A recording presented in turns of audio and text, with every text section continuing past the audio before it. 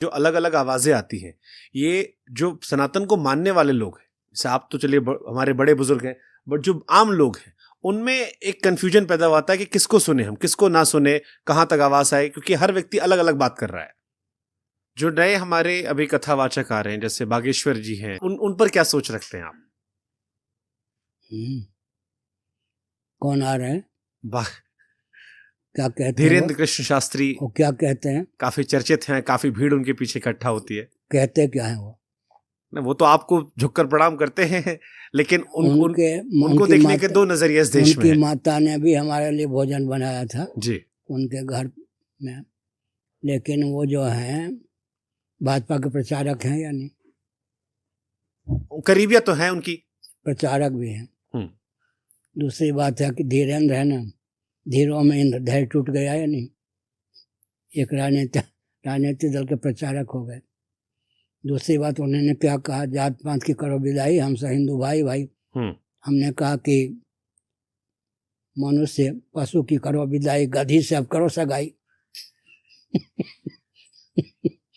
गधी सब सगाई कर लो, वो भी तो प्राणी है ना।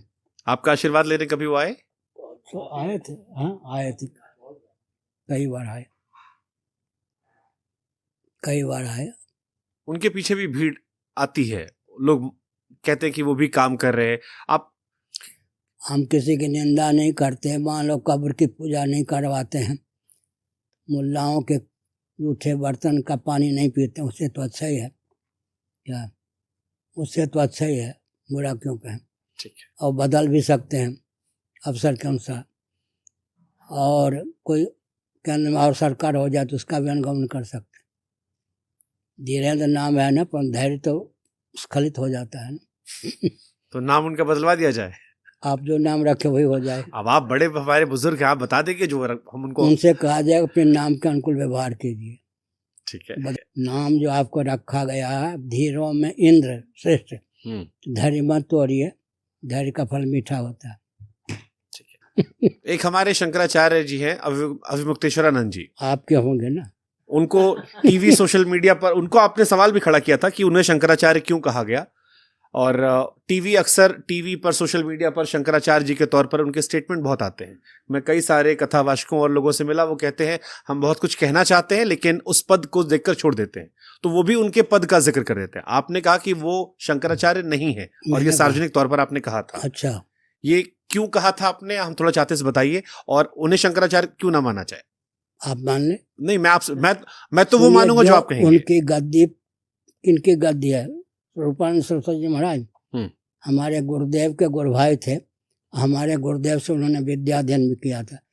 जिनसे मैंने विद्या अध्ययन किया उनसे पूर्व, हमसे पूर्व उन्होंने किया, हमारे बहुत परिचित वो थे। उन्होंने अंतिम सांस तक किसी को शंकराचार्य बनाया क्या? नहीं बनाया। उनको मालूम था बीमार हैं, शरीर छूटना है, फिर भी नहीं बनाया। लेकिन 2 व्यक्ति को उन्होंने दंडी स्वामी बना दिया। शायद उनकी कल्पना रही होगी कि एक शंकराचार्य बन के घूमेंगे। एक बार उनके जीवन काल में उनके पत्नी बन कर घूम रहे थे, उन्हें डांट दिया, वक्तव्य दे दिया मेरा कोई पत्नी नहीं, उत्तराधिकारी नहीं। तो उनसे पूछे स्वरूपानंद महाराज कहीं मिलते हो तो उन्होंने अंतिम सांस तक बीमार रहने पर भी उत्तराधिकारी को नहीं बनाया।